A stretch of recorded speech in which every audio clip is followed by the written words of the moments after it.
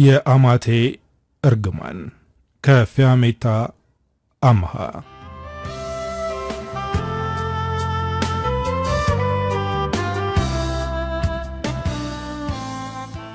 ቤተሰቦች ልጆቻቸውን ሲያሳድጉ ወደፊት ከነሱ የተሻለ ኑሮ እንዲኖሩ መሰረታቸውን ይገነቡላቸዋል።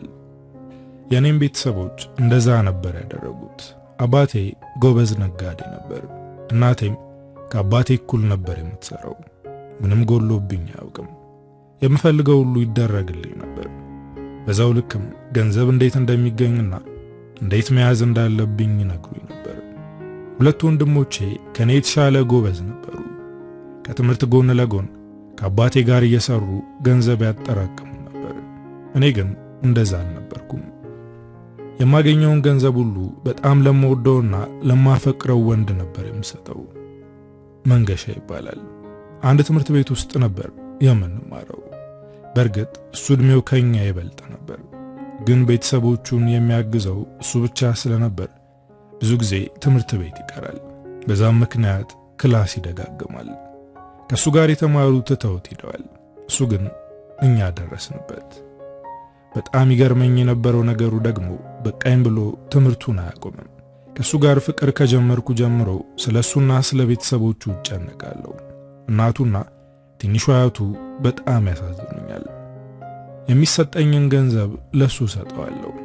ይህንን ብር እንዲቀበለኝ ተንበርክኬ ነበር የምለምነው። ምክንያቱም እሱ ከኔ ገንዘብ መቀበል አይፈልግም። መንገሻ ከኔ ጋር ከሆነ በኋላ ትምህርቱን በስርዓት እየተማረ ነው። የገንዘብ ችግርም አልነበረበትም። ወደ ቤት ወስዶ እናቱንና እህቱን አስተዋወቀኝ። ከዛ ጊዜ በኋላ እሱ ባይወስደኝም እኔ በፈለኩበት ሰዓት ሄዳለሁ። የጎደለውን አሟልቼ እመለሳለሁ። ይህን የሰሙት ቤተሰቦቼ በጣም ተናደዱ። ከመንገሻ እንድርቅ ነገሩኝ። እኔ ግን ከሱ መራቅ አልቻልኩም። በተለይ ወንድሞቼ በጣም ጫና አሳደሩብኝ። እኔን ማስቆም ሲከብዳቸው ወደሱ ሄደው አስፈራሩት። እሱ ግን ፈርቶ አራቀኝም። እንዲያውም ፍቅሩ ጨመረ። ሁልጊዜ ከቤተሰቦቼ ጋር እጨቃጨቅ ነበር። ጭቅጭቁን ለምጄዋለሁ። የፈለጉትን ቢሉም እሱን አልተወውም። ከጎኑና የምታግዘው ከልቧ የምትወደውና የምታፈቅረው ሴት ይፈልጋል። እሱ የቤተሰቦቼን ገንዘብ አይፈልግም። ስሰጠው በስንት ልመና እንደሚቀበል እኔ ብቻ ነኝ የማውቀው። እናቱንና እህቱን በጣም ይወዳቸዋል። እህቱ ምንም ሳይጎልባት እንድትማር የሚችለውን ያደርጋል። እሷም ጎበዝ ናት። የእጅ ሥራ እየሰራች ትንሽም ቢሆን ታግዘዋለች። ሙሉ የወንድሟ ልፋት ስለምታውቅ ጠንክራ ነበር የምትማረው። ከቤተሰቦቼ ጋር መጨቃጨቅ ሲሰለቸኝ እነሱ ጋር ሄጄ ትንሽ ተንፈስ ብዬ እመለሳለሁ። ደስ የሚሉ ቤተሰቦች ናቸው። አንድ ቀን ጠዋት ላይ አስደንጋጭ ነገር ሰማው። የመንገሻ እህት ሙሉ የመኪና አደጋ ደርሶባት ሆስፒታል ነበረች። ክላስ አቋርጬ ወደ ሆስፒታል ሄድኩኝ። መንገሻ እንደዛ ጊዜው ደንግጦ አይቼው አላውቅም። ጥግ ላይ ኩርምት ብሎ ተቀምጦ እየተከዘ ነው። እናቱ በሐዘኔታ ታለቅሳለች። ወደሱ ጠጋ ብዬ ከጎኑ ተቀመጥኩ። እጁን ይዤ አይዞህ ምንም አትሆንም አልኩት። እሷ ምንም ሳይጎልባት ለማስተማር ብዙ ነገር አሳልፌያለሁ። ከራሴም አልፌ አንቺን አስቸግሬያለሁ። ለሷ ያልሆንኩት ነገር የለም፣ ግን ከዚህ አደጋ ልጠብቃት አልቻልኩም አለ። ይሄ እግዚአብሔር ሥራ እንጂ አንተ ጥፋት አይደለም። በእርግጠኝነት ደህና ትሆናለች አልኩት። እኔ እንዳልኩትም ሕይወቷ ተርፏል፣ ግን ከፍተኛ ሕክምና ያስፈልጋታል። ብዙ ገንዘብ ተጠየቀ። ይህን ገንዘብ ለማግኘት ከባድ ነበር። መንገሻ በድንጋጤ ይፈዟል። እናቱ ደግሞ ወለሉ ላይ ተቀምጣ እንዴት ነው ይህን ሁሉ ገንዘብ የምናገኘው ትላለች። ከነሱ እኔ የተሻለ ለገንዘብ ቅርብ ነኝ። ምናልባት መፍትሄ ይኖር ይሆን ብዬ አሰብኩኝ። ቤተሰቦቼን ለመጠየቅ አሰብኩ፣ ግን እነሱ እንደማይሰጡኝ እርግጠኛ ነኝ። ከመጠየቅ የተሻለ ነገር ለማሰብ እየሞከርኩ ነበር። አዎ አንድ ሐሳብ መጥቶልኛል። ግን ደግሞ ይህን ነገር ካደረግኩ ከቤተሰቦቼ ጋር እስከ መጨረሻው እንደምቆራረጥ አውቀዋለሁ። ለመንገሻ ስላደርገዋለሁ። ቤተሰቦቼንም እሱንም እንዳላጣ የምችለውን አደርጋለሁ። ግን መጀመሪያ ይህንን ገንዘብ ማግኘት አለብኝ። ወደ ቤት ሄድኩኝ። ምሽቱን ሙሉ ሳስብበት ነበረ። በስተመጨረሻም ውሳኔ ላይ ደረስኩ። በሌሊት እናቴ የወርቅ ጌጣጌጦችን ወደምታስቀምጥበት በመሄድ ያላቱን ሁሉ አነሳው። ወደ አባቴም በመሄድ በኮድ የሚዘጋውን ካዝና ከፍቼ ያስቀመጠውን ጥሬ ገንዘብ ወሰድኩኝ። አባቴ ካዝናውን የሚዘጋው እኔ በተወለድኩበት ቀንና ዓመተ ምህረት ስለነበር መክፈት አልከበደኝም። ጠዋት እነሱ ከመነሳታቸው በፊት ወጥቼ ሄድኩኝ። ጌጣጌጦቹንም ሽጬ ለሙሉ ሕክምና የሚያስፈልጋትን ገንዘብ አሟልቼ ሄድኩኝ። መንገሻ በዝምታ እያየኝ ነው። አልቀበልም እንዳይል ገንዘቡ ያስፈልገዋል፣ እንዳይቀበለኝ ደግሞ እኔን ያስቸገረኝ መስሎ ታየው። እናቱ ግን ተቀብላ አመሰገነችኝ። የሙሉ ሕክምና እስከሚያበቃ ድረስ መንገሻ ምንም አይነት ነገር አያናግረኝም ነበር። በዝምታ ነበር የሚያየኝ። ሕክምናው አልቆ ወደ ቤት ስትመለስ እናቱ ደጋግማ አመሰገነችኝ። ወደ ቤት ለመመለስ ከሱ ቤት ስወጣ ተከትሎኝ ወጣ። አማራጭ ስላጣው ነው ገንዘቡን የተቀበልኩሽ። እንደምመልስልሽ እርግጠኛ ነኝ። በቅርቡ መልሰዋለሁ አለ። ንግግሩ በጣም አበሳጨኝ። ሙሉ እኮ ለኔም እህቴ ማለት ናት፣ እንዴት እንደዚህ ትላለህ ብዬ ተቆጣሁት። መንገሻ ገንዘቡን ቤተሰቦቼ በፍቃደኝነት ይሰጡ ይመስሎታል። ሰርቄ እንዳመጣሁት አያውቅም። ከሱ ጋር ተሰናብቼ ወደ ቤት ስገባ ቤቱ በአንድ እግሩ ቆሞ አገኘሁት። አባቴ ተዘርፍ ያለው እያለ ይጮሃል። ዘበኛውንና ሰራተኛዋን እያፋጠጣቸው ነው። ወንድሞቼና እናቴም ግራ ገብቷቸዋል። የዘበኛውንና የሰራተኛዋን ድንጋጤና ጭንቀት ስመለከት አላስቻለኝም። እኔ ነኝ የወሰድኩት ብዬ ተናገርኩኝ። መጀመሪያ ላይ ለማመን ከበዳቸው። ከዛም እኔ ለምንና እንዴት እንደወሰድኩት ስነግራቸው ደነገጡ። አባቴ በጣም አዘነብኝ። አሁን የሆነው ሆኗል። ከዚህ በኋላ ከዚህ ልጅና ከቤተሰቦቹ ትርቂያለሽ። አይ የምትይ ከሆነ ቤተሰብ የለሽም፣ ከዚህ ቤት ትወጫለሽ አሉኝ። እኔ ግን ምንም ማሰብ አላስፈልገኝም። እዛው ፊት ለፊት ከሱ መራቅ አልችልም አልኳቸው። ይህኔ አባቴ ከቤት አባረረኝ። ከዚህ በኋላ ሌባና ቤተሰቧን የማትሰማ ልጅ የለችኝም አለ። ላስረዳው ሞከርኩ። ከመንገሻ ፍቅር እንደያዘኝና በጣም መልካም ሰው መሆኑን ላስረዳቸው ሞከርኩ። እነሱ ግን ከመረዳት ይልቅ ከቤት ማባረር መረጡ። ከዛ በኋላ ነበር ሕይወትን መጋፈጥ የጀመርኩት።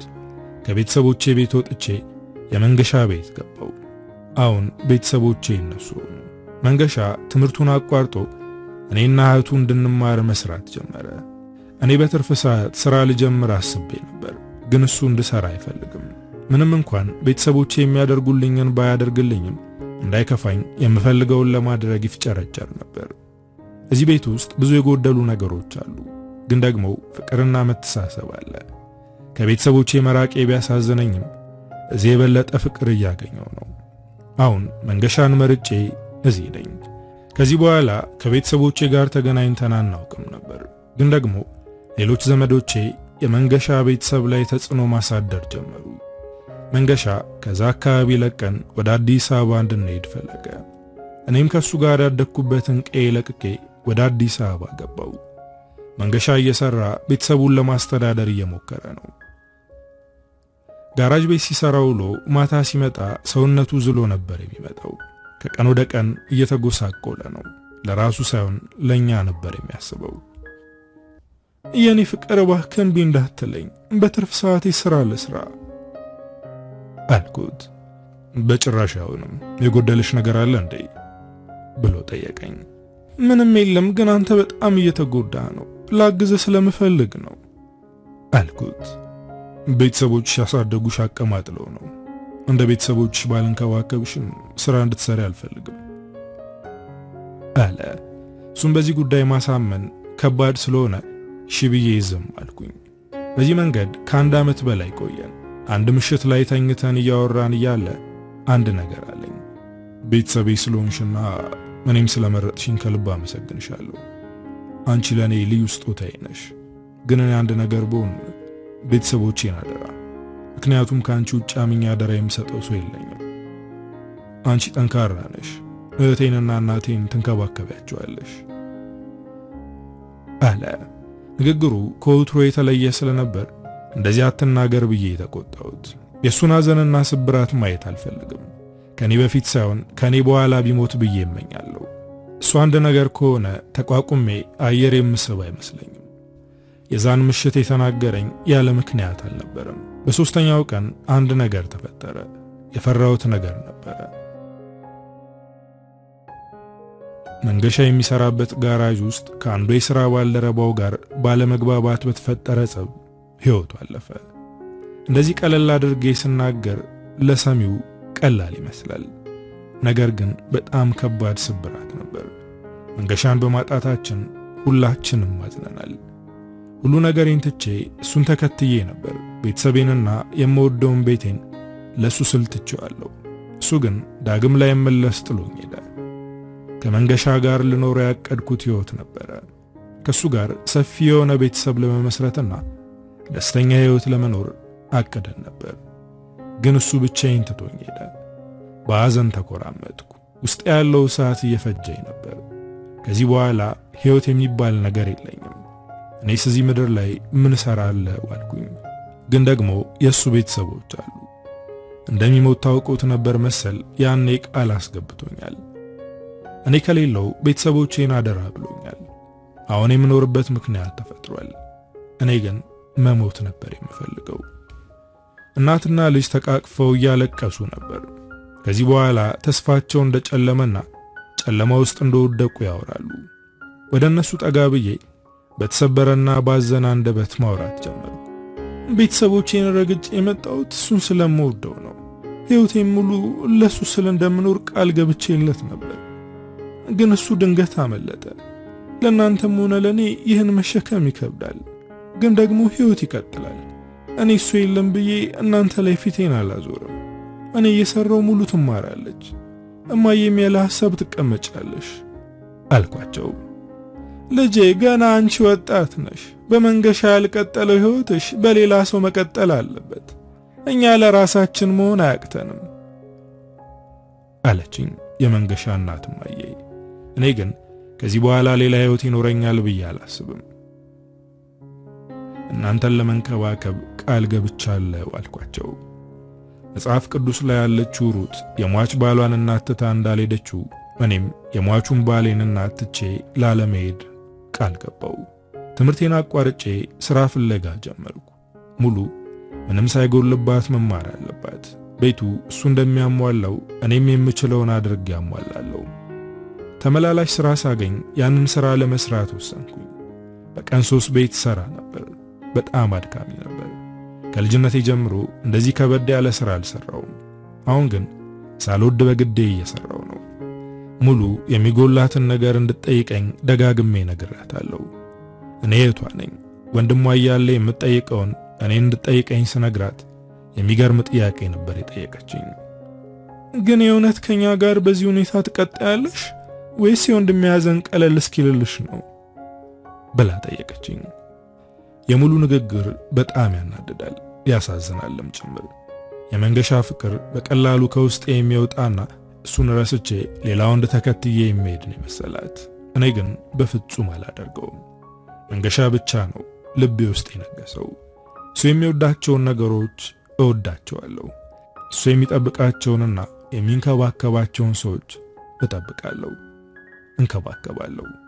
ሙሉ የተናገረችውን ነገር ቀለል በማድረግ መቼም ቢሆን ትቻችሁ አልሄድም፣ ምክንያቱም ለወንድምሽ ቃሌን ሰጥቼዋለሁ፣ በሕይወት እስካለው ድረስ ጠብቃችኋለሁ፣ አንቺ ምንም ሳይጎልብሽ ትምህርትሽን ትማሪያለሽ አልኳት።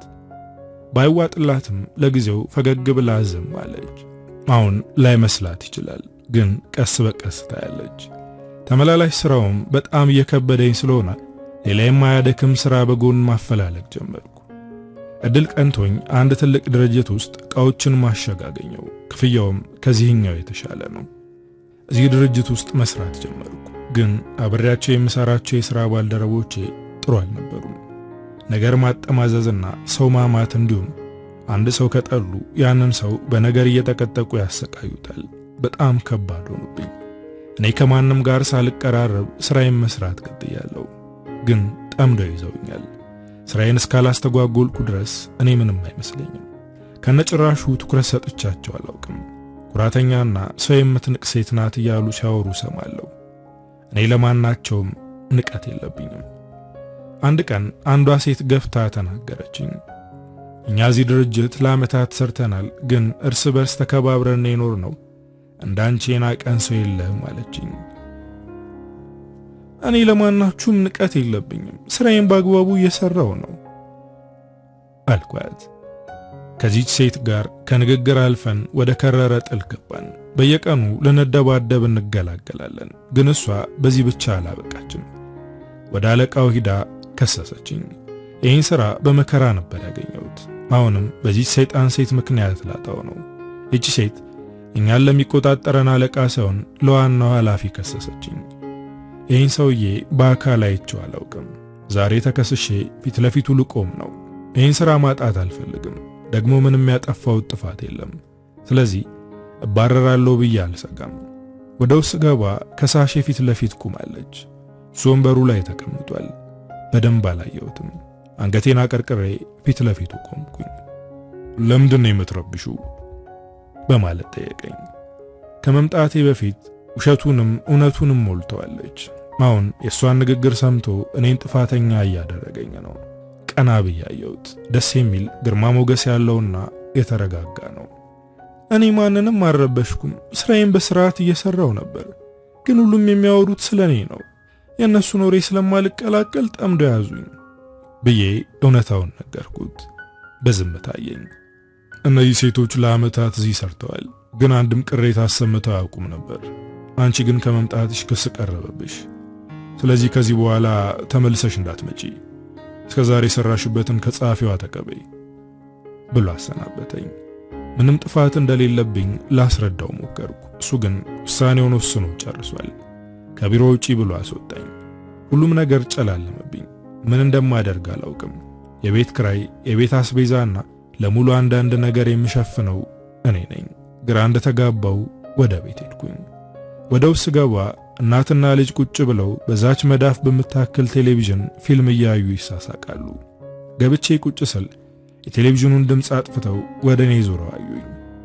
ምን ነው ልጄ ዛሬ በጊዜ መጣሽ? አመመሽ እንዴ ብላ እማዬ ጠየቀችኝ። እኔም በረጅሙ ተንፍሼ ከሥራ እንደተዋረድኩ ነገርኳት። ይህኔ ሙሉ ከት ብላ ሳቀች። ይሄ ምክንያት ነው። የወንድሜን ቃል መጠበቅ አትፈልጊም። ሌላ ህይወት ልትጀምሪ ስለሆነ ከዚህ በላይ ልረዳችሁ አልችልም ብለሽ ልትሄጂ ነው አለችኝ። ሙሉ ሁልጊዜም ብታናድደኝም ክፉ ቃል ተናግሬያት አላውቅም። ምክንያቱም ወንድሟ ስለሌለ ይከፋታል ብዬ ስለማስብ ነው። ምንም አይነት ምላሽ ሳልመልስላት ከቤት ወጣው። ቀጥ ብዬ ወደ ሥራ ቦታ ተመልሼ ሄድኩኝ። እኔ ስገባ ሰራተኞቹ ከሥራ እየወጡ ነበር። እኔን እያዩ እየተጠቃቀሱ ይስቃሉ። በመባረሬ ተደስተዋል። እነሱን አልፌ ወደ ሥራ አስኪያጁ ቢሮ ገባው። ምንድነው ለምን መጣሽ ብሎ ጠየቀኝ። እኔም ፊት ለፊቱ አንገቴን ቀና አድርጌ በመቆም ይህ ሥራ ያስፈልገኛል። ከዚህ ሥራ ካባረርከኝ የኔን ብቻ ሳይሆን የሌሎች ሁለት ሰዎች ጉሮሮ ነው የምትዘጋው። ቤተሰብ አስተዳዳሪ ነኝ። እነሱ ላንተ ምን ብለው እንደነገሩ አላውቅም። እኔ ግን እውነቱን ስነግረ ምንም ጥፋት የለብኝም። ከነሱ ጋር ሰው ስላላማውና ወሬያቸውን ስላልተቀላቀልኩ ነው የጠሉኝ አልኩት። በዝምታ ለተወሰነ ደቂቃ አስተውሎ አየኝ። ለምን ከነሱ ጋር ተመሳስለሽ አትሰሪም? ለምን ለመግባባት አትሞክሪም? አለ። ከነሱ ጋር ተመሳስዬ እየሰራው ነው፣ ግን ስራውን ብቻ ነው። ከነሱ ጋር እኩል ነው የምሰራው። የሚያወሩትን ወሬና ሰው ማማት ግን መቀላቀል አልፈልግም። እኔ ብዙ ችግሮች ያሉብኝ ሰው ነኝ። ስለ ሰው የማውራት ሁኔታ ላይ አይደለሁም አልኩት። እሺ አንድ ድል ሰጥቼሻለሁ። ስራሽን መቀጠል ትችያለሽ፣ ግን ተጠንቀቂ። ሌላ ቅሬታ ከቀረበብሽ አባረርሻለሁ አለኝ። ስለተረዳኝ ከልብ ያመሰገንኩት። በደስታ እየተፈለቀለኩ ልወጣ ወደ በሩ ስራመድ ስምሽ ማን ነው ሲል ጠየቀኝ። ስራ ስለሚበዛበት ረስቶት ይሆን ወይ አውቆ ሆን ብሎ ባይገባኝም ጠዋት ቅሬታ ያቀረበችብኝ ሴት ስሜን ስታነሳ ሰምቷት ነበር። ግን የፈለገ ይሁን አሁን ወደ ስራዬ ስለመለሰኝ እንኳን የኔን ስም የዘር ማንዘሬን ቢጠይቀኝ እነግረዋለሁ። ፍቅርተ እባላለሁ። እሺ ፍቅርተ ብሎ ወደ ስራው ተመለሰ።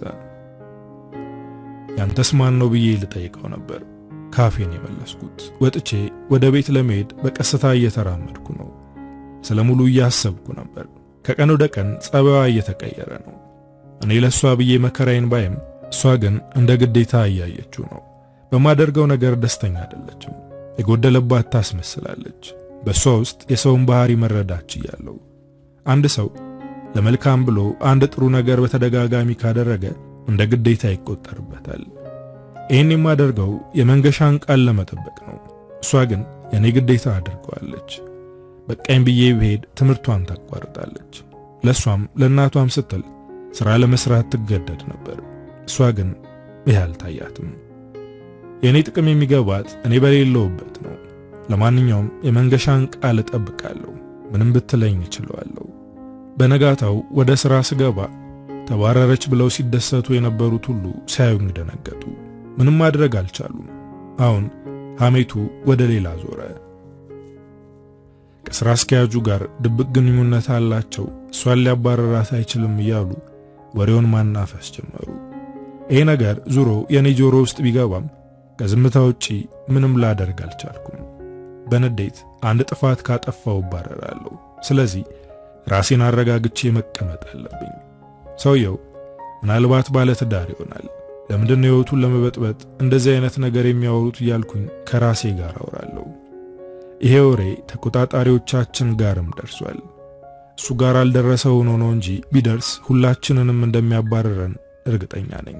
ምናልባት አስባው ቃ እያሶራች ነው ብለው ከነገሩትም እኔን ሊያባረረኝ ይችላል። ከቀናት በኋላ ይሄ ወሬ እሱ ጋር ደረሰ።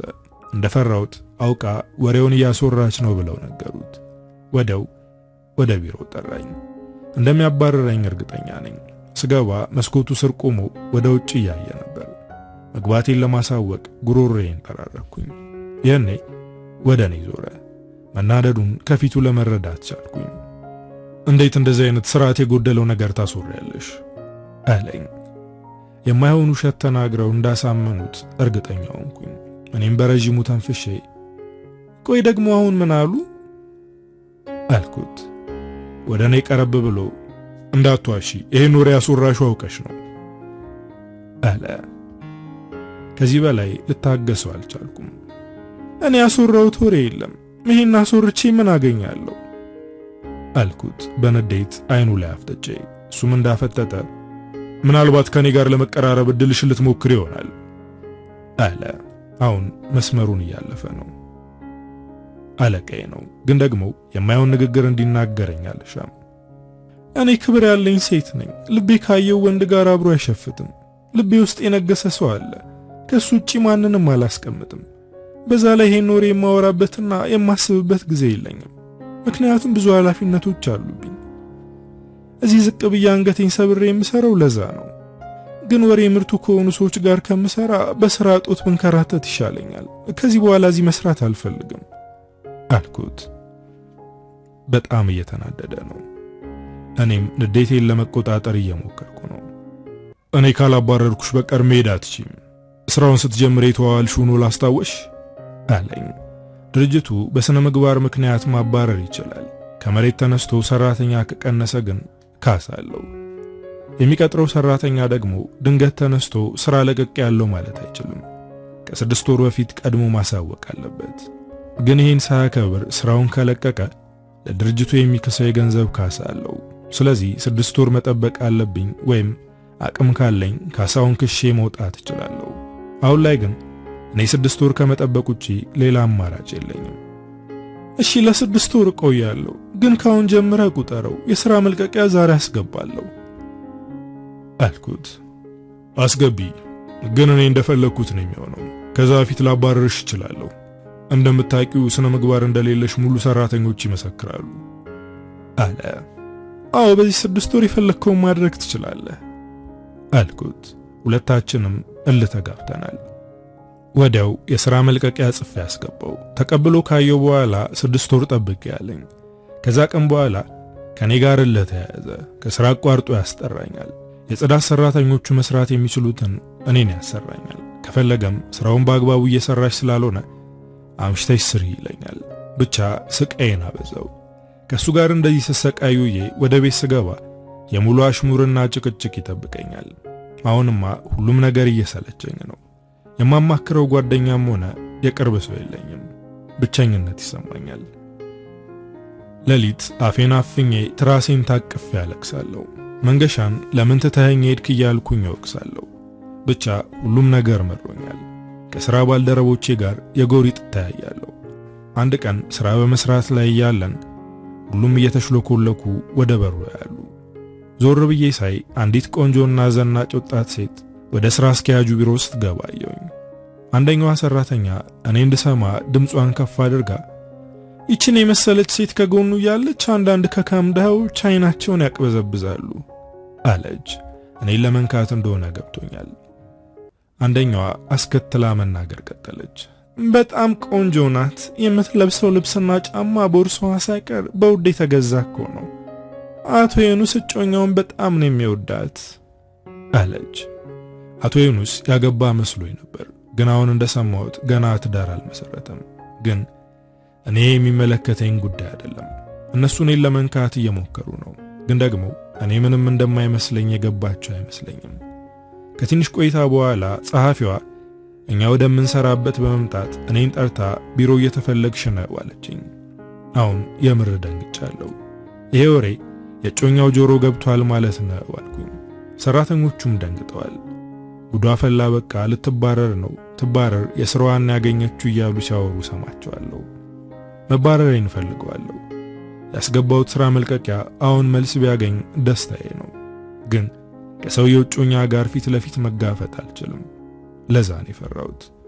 ፈራ ተባ እያልኩኝ ወደ በሩ አንኳኩቼ ገባው። እኔ ስገባ ከመቀመጫዋ ተነስታ ሰላም አለችኝ። አክብሮቷ በጣም ደስ ይላል። እሱ ግን እዛው ወንበሩ ላይ እንደተቀመጠ በጥላቻ ነው የሚያየኝ። ሐረገወይን እባላለሁ አለች። እኔም ፈገግ ለማለት እየሞከርኩ ፍቅር ተባላለሁ አልኳት። አቶ ዮኑስ በመሃል ገብቶ ልትባረር ስለሆነ መተዋወቅ አይጠበቅባችሁም አለ ወደ እኔ ያየ። ያስገባሽ ጥያቄ መልስ አግኝቷል። አሁን ነፃ ነሽ፣ መሄድ ትችያለሽ አለኝ። ሐረግ ወደሱ ያየች ልታባረራት ነው እንዲያስጠራሃት አለችው። አዎ በሥራ መውጫ ሰዓት ላሳውቃት ነበር፣ ግን አሁን አንቺ እንሂድ ስላልሽኝ ቀድሜ ላሳውቃት ብዬ ነው። በውስጤ እፎ ያልኩኝ። አውቃለሁ ከዚህ ወጥቼ ሥራ ለማግኘት እንከራተታለሁ። ነገር ግን ከዚህ ሰውዬና ከሰራተኞቹ መላቀቅ ትልቅ ነፃነት አለው። ሐረግ የመልቀቂያ ወረቀቱን ተቀብላ አየችው። የተጻፈውን ካነበበች በኋላ ለምንድነው ሥራ የምትለቂው? ምክንያትሽ እኮ እዚህ ላይ አልጻፍሽውም አለችኝ። እኔም በረጅሙ ተንፍሼ አየኋት። ሰራተኞቹ መሆኑ አለቃዬ እዚህ እንድቆይ አይፈልጉም አልኳት። ወደ ዮኑስ እያየች ይህን የመልቀቂያ ወረቀት ያጻፍካት በግድ ነው አይደል ብላ ፈጠጠችበት። ስነ ምግባር የላትም፣ ከሰራተኛ ጋር ተስማምታ አትሰራም፣ ውሸት አስወርታብኛለች፣ ስለዚህ እዚህ መቆየት የለባትም አለ። ሐረግ ወረቀቱን ቀደደችው። እንደማያት ከሆነ የተረጋጋች ሴት ናት። ስለዚህ በግድ ልታባረራት አትችልም አለችው። እኔም ከዚህ መውጣት እንደምፈልግ ነገርኳት። ከዚህ በላይ እዚህ መቆየት አልፈልግም አልኳት። እየሰማሻት ነው? እዚህ መቆየት አትፈልግም። ደግሞ እንደዚህ እየጮሻ አታናግሪኝ። አንቺና እኔ ብቻችንን በስርዓት መነጋገር እንችላለን አላት። ሐረገወይን ግን አልተረጋጋችም። አንተ በቃ አትሻሻልም አይደል? ሁልጊዜ ሰው ያንተን ትዕዛዝ እንዲቀበል ብቻ ነው የምትፈልገው። አንገቱን ቀና አድርጎ የሚናገረን ሰው ታርቃለህ አለችው። ይቺ ሴት እጮኛው ከሆነች ካሁኑ የትዳርን ጭቅጭቅ ጀምራለች። እንዴት ሊስማሙ ነው እያልኩኝ በሰው ጉዳይ ጣልቃ ገብቻ አስባለሁ። ሐረግ ለኔ እየተከራከረች ነው። በእኔና በዮኑስ የተወራውን ውሸት ቢነግራት ይህን ጦር የሚያስንቅ ምላሷን ወደ እኔ ታዞረዋለች። እንዳልኩትም ዮኑስ ጉዳዩን ነገራት። እኔና እሷ ግንኙነት እንዳለን እያስወራች ነው አላት። አሁን ወደ እኔ ልትዞር ነው እያልኩ ስጠብቅ እሷ ግን እሱን አልለቀቀችውም። እና ቢወራ ምን ይነካል? አንተ ካላደረከው ሰው ቢያወራ ምን ቸገረ? ነው ወይስ የምትፈራው ነገር አለ አለችው። አንቺ እዚህ ጉዳይ ላይ አያገባሽም፣ ስለዚህ ዝም በይ ብሎ ተቆጣት። ሐረገወይን ቦርሳዋን አንስታ ወደ በሩ እየተራመደች እኔን አይመለከተኝም፣ ምክንያቱም እኔ ገና ልጅ ነኝ፣ አላገናዝብም፣ በዛ ላይ ደግሞ እብድ ነኝ አለች። ይህኔ ዮኑስ ደነገጠ። ተከትሎ ሳትወጣ አስቆማት። እኔ የተናገርኩት ይህን እንድታስቢ ብዬ አይደለም። አስተዋይና ጥሩ ልብ ያለሽ እህቴ ነሽ። የኔ ትንሽዬ እንዴት እንደዚህ አይነት ነገር ትናገሪያለሽ አላት። ጮኛው ናት የተባለችው ሐረግ እህቱን አረፈችው። ሐረግ የሄኑስ ታናሽ እህት ናት። ተንከባክቦ ያሳደጋትና አሁንም የሚንከባከባት እሱ ነው። እናትና አባት የላቸውም። ለሷ ሲል ብዙ ነገር አድርጓል። እሷን ከቁም ነገር ለማድረስ ብሎ ሕይወቱን መስዋዕት አድርጓል። እስካሁን ትዳርም ሆነ የፍቅር አጋር የለውም። ይህን የመሰለ አማላይና ወንዳ ወንድ ከጎኑ ሴት የለችም። አሁን ሐረግን እያባበላት ነው። አንቺ ያልሽ ይሆናል፣ ግን እባክሽ እንደዚህ አይነት ነገር እያወራሽ አታስፈራሪኝ አላት። የሁለቱን ሁኔታ ሳይ መንገሻ ትዝ አለኝ። ለእህቱና ለእናቱ እንዲሁም ለእኔ እንዴት ይሆን እንደነበር አስታወስኩ። ሳላስበው እንባዬ ረገፈ። ሄኑስ ወደ እኔ ዙሮ እያየኝ ስራሽን መቀጠል ትችያለሽ አለኝ። ሁለት ልብ ላይ ነበርኩ። መልቀቅ እፈልጋለሁ፣ ግን ደግሞ ስራ ያስፈልገኛል። በቃ ለተወሰነ ጊዜ ልስራ ብዬ አሰብኩኝ። ለመውጣት ወደ በሩ ስራመድ ስምሽን ማን ነበር ያልሽኝ አለች ሐረግ። እኔን ለመተዋወቅ ፈልጋለች። እኔም ፈገግ ብዬ ቅድም ነግሬሽ ነበር እኮ ለማንኛውም ፍቅር ተባላለሁ አልኳት። ስልክሽን ትሰጪኛለሽ ካላስቸገርኩሽ? የሴት ጓደኛ የለኝም። አንዳንዴ ጓደኛ ብትሆኝ ደስ ይለኛል አለች በፈገግታ። እኔም ስልክ ቁጥሬን ነግሬያት ወጥቼ ወደ ስራዬ ተመለስኩ። አሁንም ትባረራለች ብለው ሲጠብቁ የነበሩት ባልደረቦቼ ባለመባረሬ የተናደዱ ይመስለኛል። እኔ ግን ምንም ሳላወራ ስራዬን ቀጠልኩ። ሕይወቴ ውስጥ አዳዲስ ነገሮች መከሰታቸውን ቀጥለዋል። መቼም ዞሮ ያዩኝም ያልኳቸው ወንድሞቼ ድንገት አገኘኋቸው። እኔም ፈልገው ያለውበት ድረስ መምጣታቸው ነው። የመጡት መንገሻ እንደሞተና እኔም ትምህርቴን አቋርጬ ስራ እየሰራው እንደሆነ ሰምተው ነው። ሳያቸው ደነገጥኩ።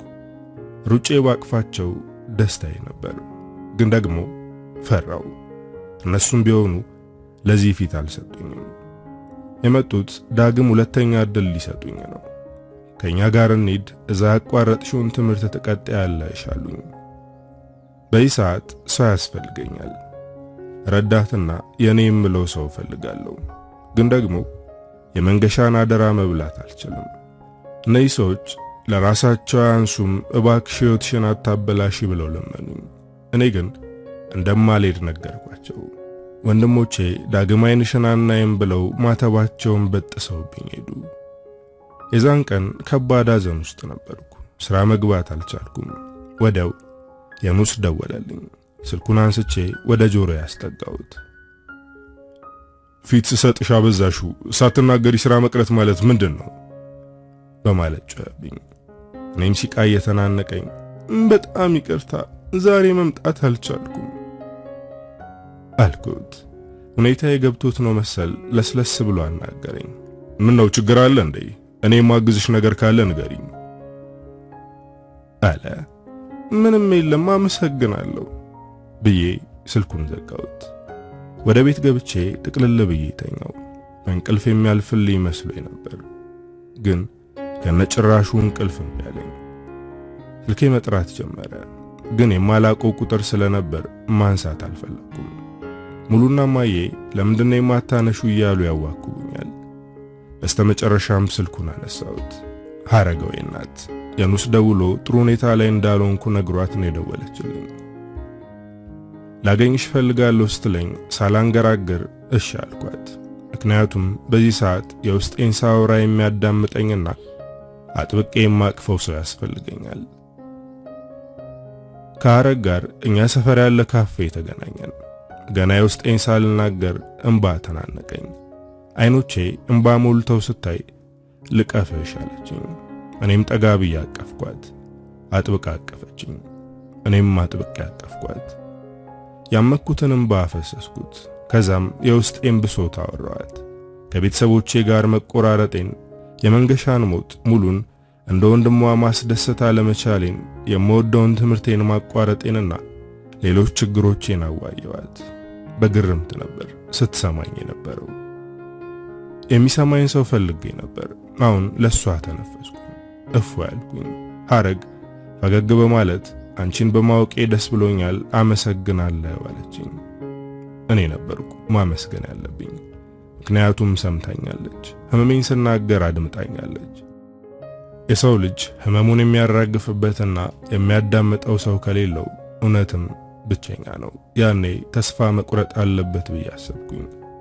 እኔና ወንድሜ ቤተሰቦቻችንን ካጣን ጊዜ ጀምሮ እርስ በርስ እየተደጋገፍን ኑሯችንን እንቀጠልን። ወንድሜ ለኔ ሲል ብዙ ነገሩን ትቷል። ብዙ መስዋዕት ከፍሏል። እሱ የሚኖረው ለኔ ነው። እኔ ምንም እንዳይጎልብኝ ብሎ ብቸኛ ሆኗል። የምታፈቅረው የሚያፈቅራት፣ የምታስብለት የሚያስብላት ሴት ከጎኑ ብትኖር ደስ ይለኛል። እኔ እሱን ጎዶሎ መሙላት አልችልም፣ ምክንያቱም እኔ እህቱ ነኝ። ከራሴ ህይወት በላይ የሱ ያሳስበኛል። ጓደኛ የለውም። እኔም እንደዛው። ለመጀመሪያ ጊዜ ካንቺ ጋር ተቀራረብኩ። ወንድሜ ስላንቺ ሲያወራ ካንዴም ሁለቴ ሰማሁት። ቤት ውስጥ ስለ ስራም ሆነ ስለ ሰራተኞቹ ሲያወራ ሰምቼው አላውቅም ነበር። ባለፈው ግን ስላንቺ ሲያወራ ሰማሁት። እንዴት ከሰራተኛ ጋር መስማማት ያቅታታል? ደግሞ እኮ ደፋር ናት፣ ጭራሽ እኔንም አትፈራኝም ሲል ሰማሁት። እቺ ሴት ምናልባት የኔንና የወንድሜን ብቸኝነት ትጋራን ይሆናል አልኩኝ። ከዛም ወደ ቢሮ መጣው። ስመጣ አጋጣሚው ተገጣጥሞ ካንቺ ጋር ለመገናኘት በቃው። የቅርቤ ሰው እንደሆንሽ ይሰማኛል አለችኝ። እውነት ለመናገር የኔም ልብ ቀርቧል። ነገር ግን ስለ ወንድሟ የተናገረችው ማለትም እኛን ለማቀራረብ የምትሞክረውን ነገር አልፈልገውም። ስለ መንገሻ በተደጋጋሚ ነግሬያታለሁ። ከሐረገወይን ጋር ስጫወት አመሸው። በጣም ነበር ቀለል ያለኝ። አመስግኛት ተለያየን። ወደ ቤት ስገባ ሌላ ነገር ተፈጥሮ ጠበቀኝ። እናትና ልጅ እየተጣሉ ነበር። ሙሉ ከትምህርት ቤት ጓደኞቼ ጋር ለመዝናናት ለውጣ ነው ስትል፣ እናቷ ደግሞ መሽቷል መውጣት አትችይም እያለቻት ነው። እኔም ከዚህ ሰዓት በኋላ የትም አትሄጂም አልኳት። ሙሉ እኔ ላይ ያፈጠጠች አንቺ በህይወቴ አይመለከትሽም አለችኝ። ሁልጊዜም ንግግሯ ያሳዝነኛል፣ ግን ወዲያው መንገሻ ትዝ ስለሚለኝ ንዴቴን ዋጥ አድርጌ ዝም እላለሁ። አሁንም እንደዛ ለማድረግ እየሞከርኩ ነው። እኔም እናቷም አትሄጂም ብለን አስቀረናት። ሙሉ ሌሊቱን ሙሉ ስትሰድበኝ ነበረ። እኔ ግን እሷን ችላ ብያታለሁ። ከሷ ጋር ከምጨቃጨቅ ብዬ በጠዋት ነበር ወደ ስራ ሄድኩት። ሙሉ በዚሁ ከቀጠለች አጉል ቦታ ላይ ትወድቃለች ብዬ ፈርቻለሁ። ስራ ሰራ የማስበው ስለሷ ነው። ምን ባደርግ ይሆን የምትረጋጋው? ምን ብላት ይሆን ከኔ ጋር ሰጣ ገባ መግባቷን የምታቆመው እያልኩኝ አብሰለስላለሁ። በዚህ መሃል ጸሐፊዋ አቶ ዮኒስ ይጠራሻል አለችኝ። ወይኔ መከራይ፣ ደግሞ ምን ሊለኝ ይሆን ብዬ እየተጨነቅኩ ወደ ቢሮ ስሄድ የሥራ ባልደረቦች አሜት ከኋላ ይከተለኛል። ጮኛው ያላየችው ጉድ ምናላውን ድንገት ብትመጣና ብታዋርዳቸው ይላሉ። ጮኛ የሚሏት ሐረግን ነው። እህቱ እንደሆነች አላወቁም። ገብቼ ፊት ለፊት በመቆም አቤት ጠርተኸኝ ነበር አልኩት። ዛሬ ማታ ሐረግ ለራት ጠርታሻለች አለ። እኔም ፈገግ ብዬ ለግብዣው አመሰግናለሁ በልልኝ፣ ግን አልመጣም አልኩት። ካልመጣሽ ሐረግ ይከፋታል። አንቺ ለራት ትመጫለሽ ብላ ይኸው ቀን ሙሉ ማድ ቤት ውስጥ ናት። ከነዚህ ሰዎች ጋር ከቀን ወደ ቀን እየተቀራረብኩ ነው። በአንድ በኩል ደስ የሚል ነገር አለው፣ በሌላ በኩል ደግሞ እየፈራው ነው። ግን የሐረግን ራት መቅረት አልቻልኩም። ከሥራ ስንወጣ ከሄኖስ ጋር ለመሄድ ወደ መኪናው ስገባ ሰራተኞቹ እያዩኝ ነበር። አሁን በቃ ለየላቸው እያሉ ነው የሚሆነው ብሎ ከት ብሎ ሳቀ። እኔም አብሬ ሳኩኝ። የሰራተኞቹ ወሬ አሁን ምን እንደሚሆን አውቃለሁ።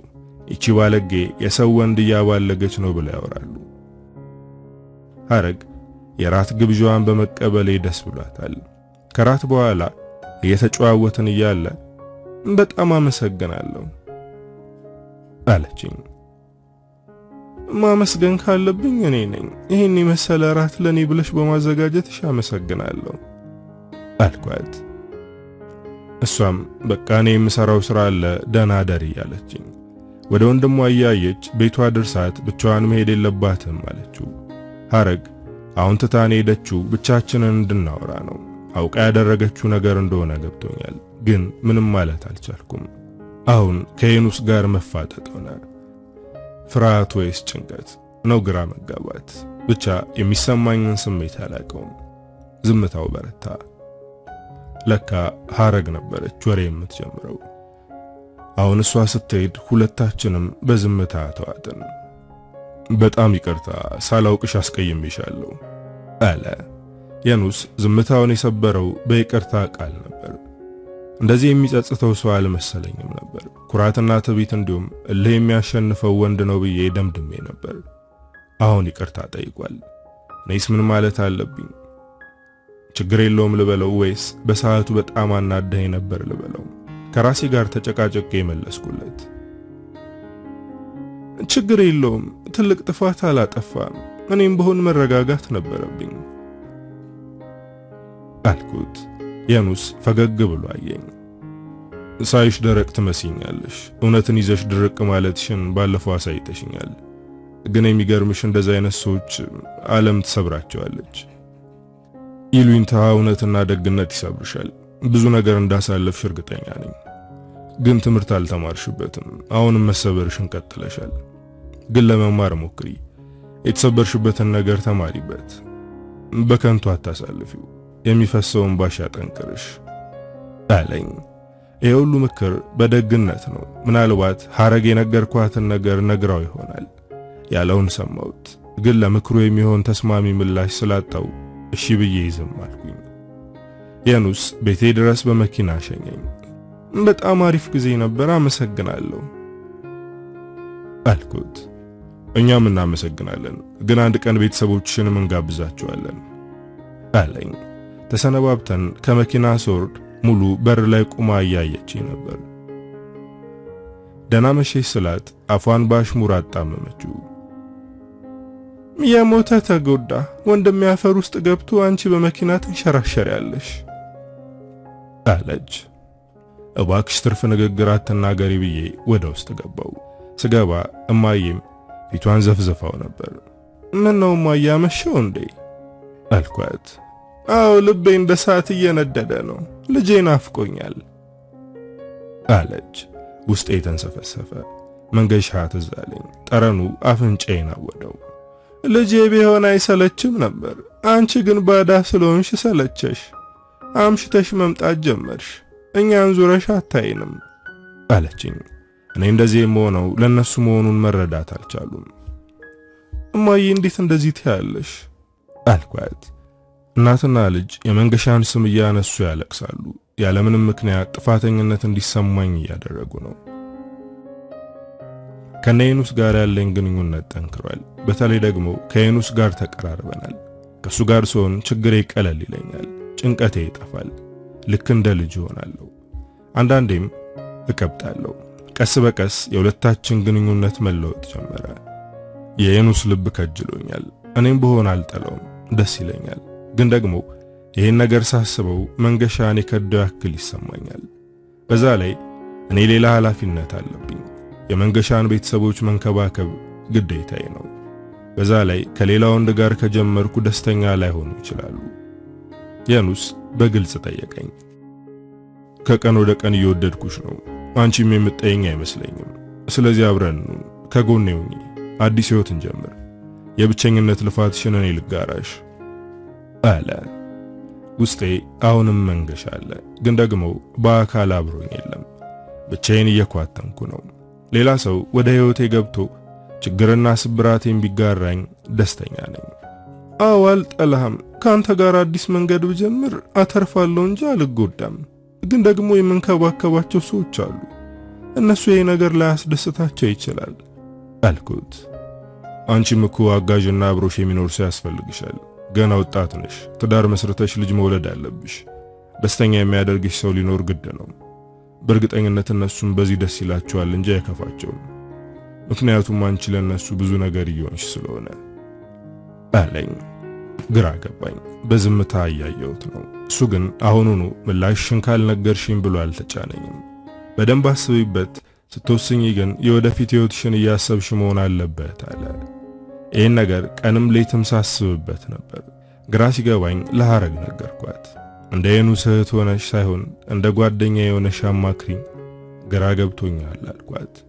ሐረግ የምትገርም ሴት ናት። ልቧ ቀናውን እንጂ ክፋት አያስብም። ከአንደበቷ የሚወጣውን ትጠነቀቃለች።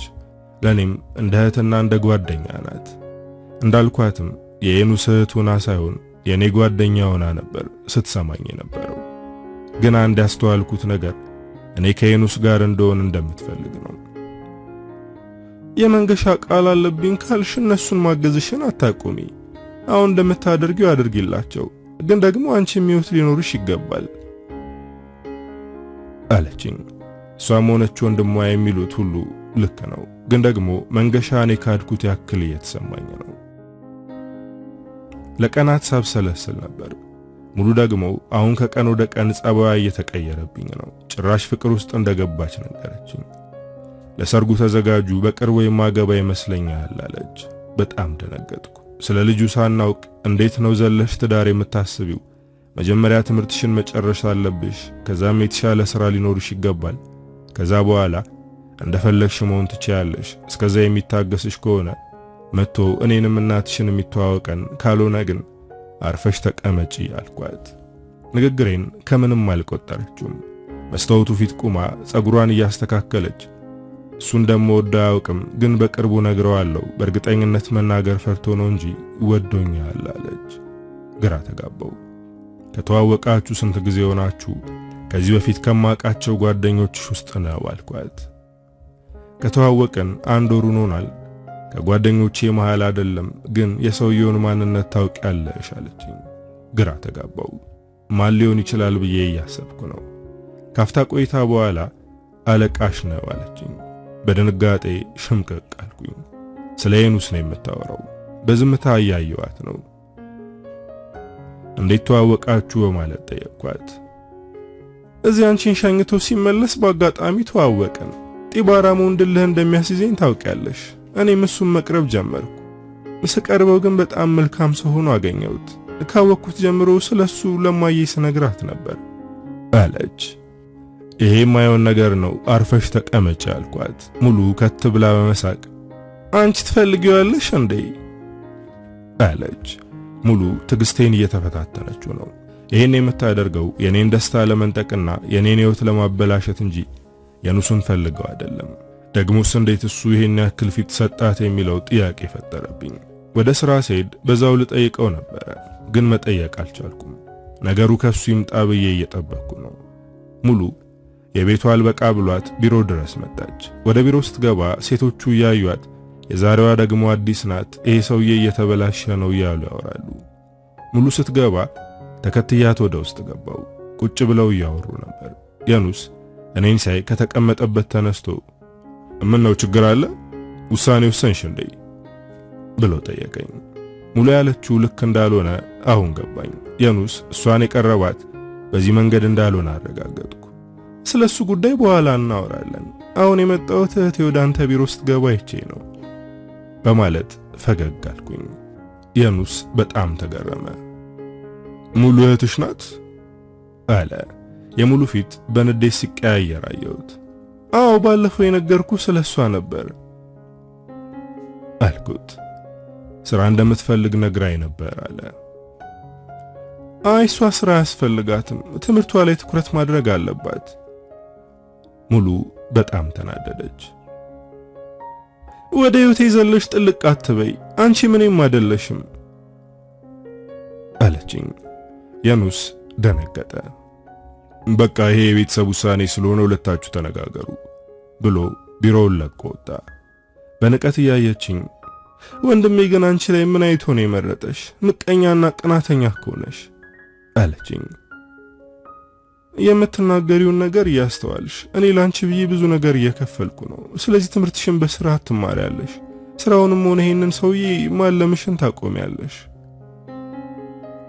አልኳት። እሷ ግን እየሰማችኝ አይደለም። የኔ ህይወት አንቺን አይመለከትም። እማዬ እንድሰራ ፈቅዳልኛለች። እማዬ ይሄን ከፈቀደች አብዳለች አልኩኝ። እኔና ሙሉ እየተጨቃጨቅን እያለ የቢሮ በር ተከፈተ። ወደ ውስጥ የገባችው ሐረግ ናት። ምንድነው ድምጻችሁ እኮ ውጭ ድረስ ይሰማል አለች። ወንድሟን ለማየት ነው የመጣችው፣ ግን ወደ ቢሮ ስትገባ የኛ ጭቅጭቅ ነበር የጠበቃት። ወደ እኔ ጠጋ ብላ ምንድነው ነገሩ አለችኝ። እኔም በረጅሙ ተንፍሼ ንዴቴን እያስወጣው የምታያት ሴት እህቴ ሙሉ ናት። ትምህርቷን አቋርጣ ስራ ለመስራት ነው የመጣችው ስላት ሐረግ አስተውላየቻት። ስልኳን አውጥታ መነካካት ጀመረች። ምን ልታደርግ ነው ብዬ ስጠብቅ ወዲያው የሙሉ ስልክ መጥራት ጀመረ። ሐረግ የደወለችው ወደ እሷ ስልክ ነበር። ወንድሜን በመልእክት ስታጨናንቀው የነበርሽው አንቺ ነበርሽ ማለት ነው አለቻት። ሙሉ የሐረግን ንግግር ከምንም አልቆጠረችውም። አንቺ ማን ስለሆንሽ ነው የምትጠይቂኝ? አይመለከትሽም በማለት ገላመጠቻት። የኔ ሐረግ ዘላ አንገቷን አነቀቻት። ስላንቺ ላይ መለከተኝ ይችላል፣ ስለ ወንድሜ ግን ይመለከተኛል። ካልተገናኘን ራሴን አጠፋለሁ፣ ራት ካልጋበስከኝ እሞታለሁ፣ ፊልም ጋብዘኝ እያልሽ የምትልኪውን መልእክት አንብቤዋለሁ። ማናት እያልኩ ሳፈላልግ ነበር። ጭራሽ የመወዳት ሴት እህት ሆነሽ ተገኘሽ። አሁን አንቺን የምተውሽ ለሷ ስል ነው። ከዚህ በኋላ አርፈሽ ተቀመጪ በማለት ለቀቀቻት። ሙሉ አንገቷን እየነካካች በጣም ይቅርታ የየኑስ እህት መሆንሽን አላወቅኩም ነበር አለች። ከዚህ በኋላ ከሷ አጠገብ እንዳላይሽ አለቻት። ሙሉ ቦርሳዋን ይዛ ለመውጣት እየተራመደች እናንተ ምንም ብትሉ የኑስ የኔ ነው፣ አይናችሁ እያየ አገባዋለሁ አለች። ሐረግ እሷ ከወጣች በኋላ እኔን መናገር ጀመረች። ለዚህሽ ጋጠ ወጥና ውለታ ቢስ ብለሽ ነው የምትደክሚው። እባክሽ ሕይወትሽን አታበላሺ። ወንድሜ ይወድሻል፣ ይፈልግሻል። ስለዚህ ጊዜ አታባክሚ አለችኝ። ወንድምሽ ካላገኘው ራሴን አጠፋለሁ እያለች የምታስፈራራውን ሴት ትሪት ማድረጉ ትክክል ነው አልኩኝ። ሐረግ በመገረም ታየኛለች። እኔም ወሬን ቀጥያለሁ። ሙሉ ራስ ወዳድና ተንከሲስ ናት። እኔ ያስኩት ሁሉ ያምራታል። እኔን አጥብቃ ትጠላኛለች። ግን ደግሞ ያንቺ ወንድምን በተደጋጋሚ ሊያገኛት አይገባም ነበር። ይህን ያክል ፊት መስጠት ትክክል አይደለም አልኳት። ሐረግ ፈገግ ብላ እያየችኝ በጣም የቀናሽ ትመስያለሽ፣ ቀናሽ እንዴ በማለት አየችኝ። ቀንቼ ይሁን ወይም ደግሞ ሌላ ባላውቅም የምናገረው ነገር ካንደበቴ ሲወጣ አይታወቀኝም። ስለምን ቅናት ነው የምታወሪው? እኔ አልቀናውም ብዬ ጮህኩባት። ከሐረግ ጋር እየተነጋገርን እያለ ነበር የኑስ የመጣው። እንደገባ እህትሽ ሄደች እንዴ ብሎ ጠየቀኝ። እንደገባ ስለሷ መጠየቁ አናደደኝ። ቅርብ ሰዓት ነው የወጣችሁ፣ ብትሮጥ ትደርስባታለህ አልኩት። የኑስ በሁኔታዬ ግራ ተጋባ። ምን ነው ችግር አለ እንዴ? ሳላውቅ የተናገርኩት ምንድነው አለ። እኔም ከቢሮ ወጥቼ ወደ ሥራ ተመለስኩ። የኑስ ተከትሎ ይመጣ። አንዴ ላናግርሽ አለ። እኔ ግን እሱን ሳልሰማ ስራዬን ቀጠልኩ። ፊት ለፊት ቆሞ ላናግርሽ ፈልጋለሁ አለ። በሁለታችን ሁኔታ ሰራተኞቹ ተገርመው ያንሾካሹካሉ። እኔ ከሙሉ ጋር የተለየ ግንኙነት የለኝም። የተዋወቅነው እንኳን ቅርብ ጊዜ ነው። እንዴት በእንደዚህ አይነት ነገር ትናደጃለሽ አለ። እኔ የተናደድኩት ለሷ ፊት ስለሰጣትና ትምህርቷን እንድታቋርጥ ምክንያት በመሆንህ ነው። በተደጋጋሚ እንደምትገናኙ ነግራኛለች። ኧረ እንደውም በቅርቡ እንደምታገባት ተናግራለች ብዬ ጮኩበት። ሰራተኞቹ ድራማውን እያዩ ነው። አዎ አግኝቻታለሁ። ራሴን ላጠፋ ነው ብቸኛ ነኝ እያለች ታስጨንቀኝ አግኝቻታለሁ። ግን ሌላ ነገር አስቤ ሳይሆን እሷን ለመርዳት ነው። ጭራሽ ንዴቴን አባሰው። እንደ ሙሉ አይነት ሴቶችን በመርዳት የተካንከና አይደል? እና እንዴት ነው ከአንዲት ሴት ጋር ህይወት መስረታ የምትኖረው? የምትረዳቸው ሴቶች አይጎዱም አልኩት። ንዴቴ ጣራ ነክቷል። በጣም ስለተናደድኩ እሱ ዝምታን መረጠ። ከማዳመጥ ውጪ ምንም እየተናገረ አይደለም። እኔ ግን መለፍለፌን ቀጥያለሁ። በመጨረሻም የለበስኩትን የሥራ ጋውኔን አውልቄ ቦርሳዬን ይዤ ወጣሁኝ። የኑስ ተከትሎኛል። ሐረግ ሰራተኞቹ ተረጋግተው እንዲሰሩ ነገረቻቸው።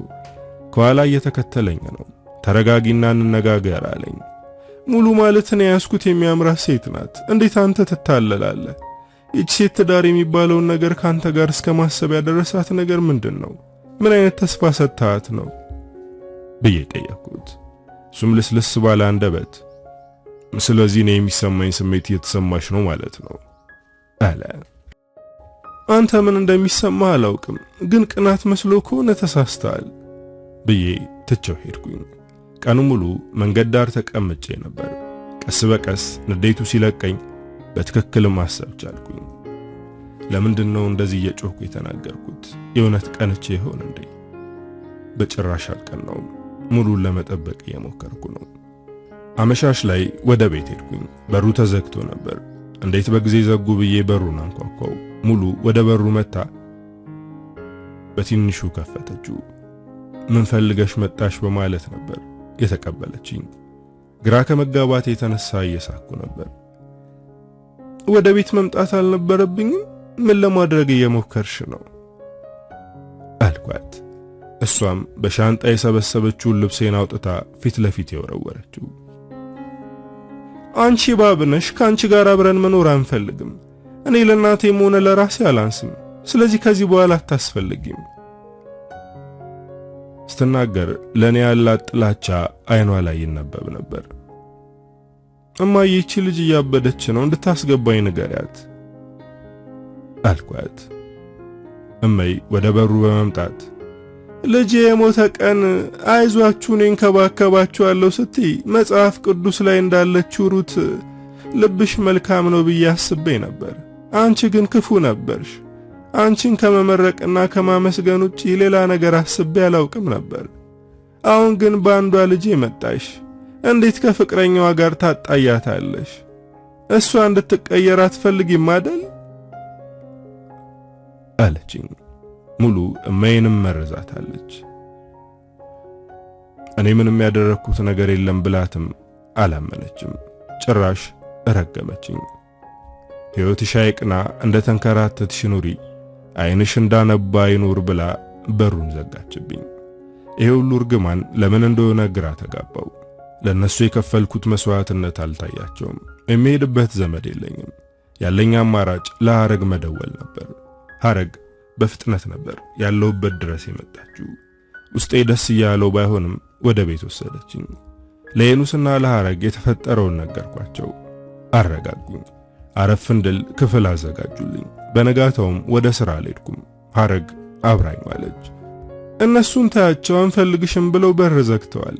ያንቺን እርዳታ ካልፈለጉ ታያቸው፣ ከተቸገሩ ያለሽበት ድረስ መጥተው ይቅርታ መጠየቃቸው አይቀርም።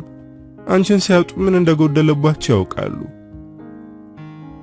አለችኝ። በዚህ ሁኔታ መኖር ቀጠልኩ። ከነሐረግ ጋር እየኖርኩ ነው፣ ግን ስራዬን አላቆምኩም። በስተመጨረሻም የኑስን ለማግባት ወሰንኩኝ። እነሙሉን በውስጥ ያስባቸዋለሁ፣ ግን ደግሞ ከፈለገ ወደኔ ይመጣሉ ብዬ ስላሰብኩኝ ሂጄ አልጠየኳቸውም። ድል ያለ ሰርግ ተደግሶ ተጋባን። ደስ የሚልና የሚያስቀና ቤተሰብ መሰረትኩ። ወራቶች አለፉ። የነሙሉ ጉዳይ ያስጨነቀኝ ስለነበር ወደ ቤት ሄድኩኝ። እነሱ ግን አልነበሩም። ቤቱን ሌላ ሰው ተከራይቶታል። ጎረቤት ስጠይቅ ትልቅ መርዶ አረዱኝ። እመይ በረሃብ እየተሰቃየች እንደነበርና በመጨረሻም ታማ የሚያሳክማት አጥታ እንደሞተች ሰማው። ልቤ በጣም ነበር ያዘነው። ሙሉ ደግሞ ሴተኛ ዳሪ እንደሆነች ሲነግሩኝ የመንገሻን አደራ በላው ብዬ አዘንኩኝ። ሙሉ ትገኝበታለች የተባለው ቦታ ሄድኩኝ። ስታየኝ በጣም ተናደደች። እዚህ የመጣሽው አንቺ ትክክል እንደነበርሽና እኔ እንደተሳሳትኩ ልትነግሪ ነው በማለት ጮኸችብኝ። እኔም የመጣሁት ከዚህ ሥራ እንድትወጣና እኔ ያገዝኳት ትምህርቷን እንድትጨርስ ለነግራት እንደሆነ ስነግራት አልተቀበለችኝም። በቃ ተይኝ፣ አንቺን ማየት አልፈልግም፣ እርዳታሽንም አልፈልግም አለች። ለብዙ ጊዜ ለመንኳት። እሷ ግን ከዛ ነገር መውጣት አትፈልግም። ሲደክመኝ እኔም ተውኳት። አሁን ላይ የመሰረትኩት ቤተሰብ ደስተኛ አድርጎኛል። በቅርቡ እናት ሆናለሁ።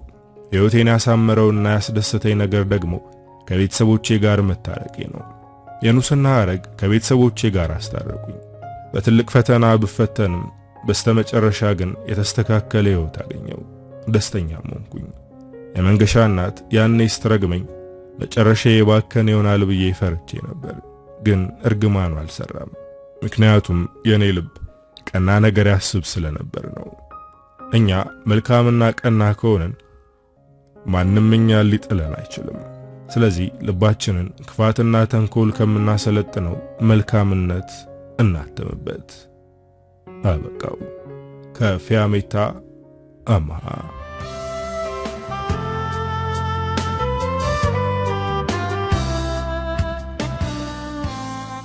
እንግዲህ ዶቼ ለዛሬ ይዤላችሁ የመጣሁት ታሪክ የሰማችሁትን ይመስላል። ታሪኩን እንደወደዳችሁ ተስፋ አደርጋለሁ። ሐሳብ አስተያየታችሁን ጻፉልኝ። በቀጣይ በሌላ ስራ እስክንገናኝ ሀገራችንን ሰላም ያደርግልን። ቻው።